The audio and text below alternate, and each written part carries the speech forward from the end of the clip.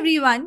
अक्सर ऐसा माना जाता है कि फैशन सिर्फ दिल्ली, मुंबई या फिर बेंगलुरु जैसे बड़े शहर के अमीरों के लिए ही है, लेकिन उत्तर प्रदेश के गांव की एक लड़की ने ऐसा सोचने वाले सारे लोगों को कैसे गलत प्रूफ किया, ये उसकी कहानी है। ये कहानी है नैन्सी त्यागी के बरनवा उत्तर प्रदेश से लेकर कैन्स फिल्म फेस्टिवल तक के सफर के बारे में। बरनवा उत्तर प्रदेश की नैन्सी ने अपने इनिशियल डेज में अपने पेरेंट्स को फाइनेंशियली काफी स्ट्रगल करते हुए देखा, जिसकी वजह से उन्हें अपने 10th तक की पढ़ाई अपने मामा मामी के घर पर रहकर ही करनी पड़ी। इन सब मुश्किलों के बीच में उन्हें अपनी बार्बी डॉल्स के लिए ड्रेसेस डिजाइन करना और उन्हें स्यू करने में बहुत मजा आता था और शांति भी मिलती थी। 12th क्लास पास करने के बाद Nancy shifted to Delhi to prepare for UPSC CSC, लेकिन ये उनके लिए एक बहुत ही मुश्किल डिसीजन था क्योंकि उनके पिताजी नहीं चाहते थे कि वो फर्दर स्टडीज के लिए बाहर पढ़ने जाएं। इनफैक्ट उन्होंने नैन्सी को फाइनेंशियली सपोर्ट करने से भी मना कर दिया।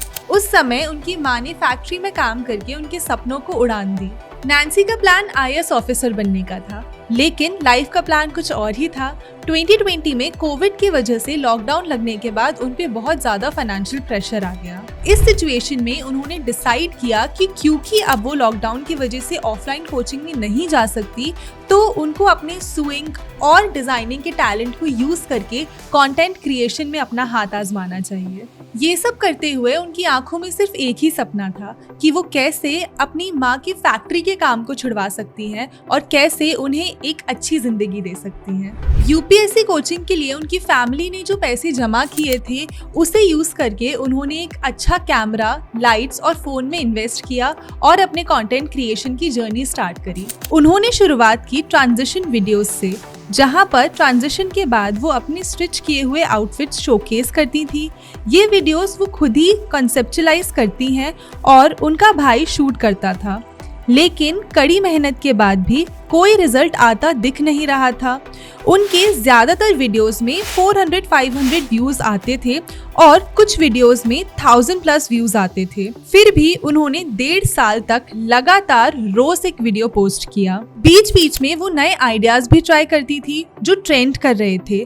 कुछ वीडियोस में उन्होंने डांसिंग, सिंगिंग करके अपने आउटफिट्स को शोकेस करने का ट्राई किया, something which started working out for her. Views तो आ गए, लेकिन लोग अब उन्हें स्किनी और उनके कंटेंट को क्रिंज कहने लगे। लेकिन वो अपनी माँ को एक बेहतर जिंदगी देने के लिए इतनी डिटर्मिनेंट थी कि ये इंटरनेट ट्रोल्स उनकी मानसिकता पर कोई भी प्रभाव नहीं डाल पाए।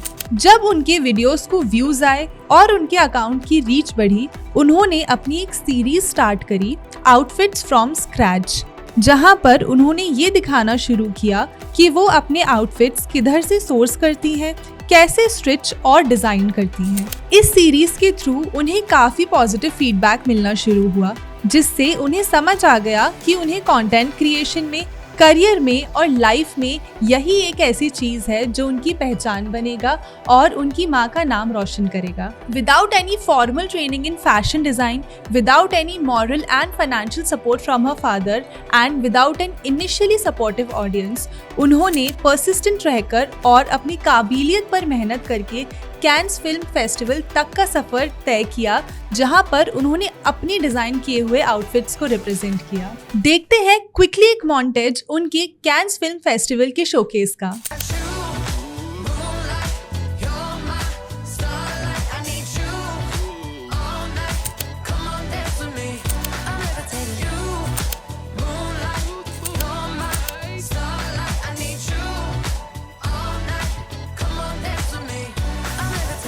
आई होप इस स्टोरी ने आपको इंस्पायर किया और इससे आपको अपने करियर के लिए इनसाइट्स और टेकअवेज भी मिले। अगर ये वीडियो अच्छा लगा then do press the like button and subscribe to our YouTube channel for more such relevant career guidance content.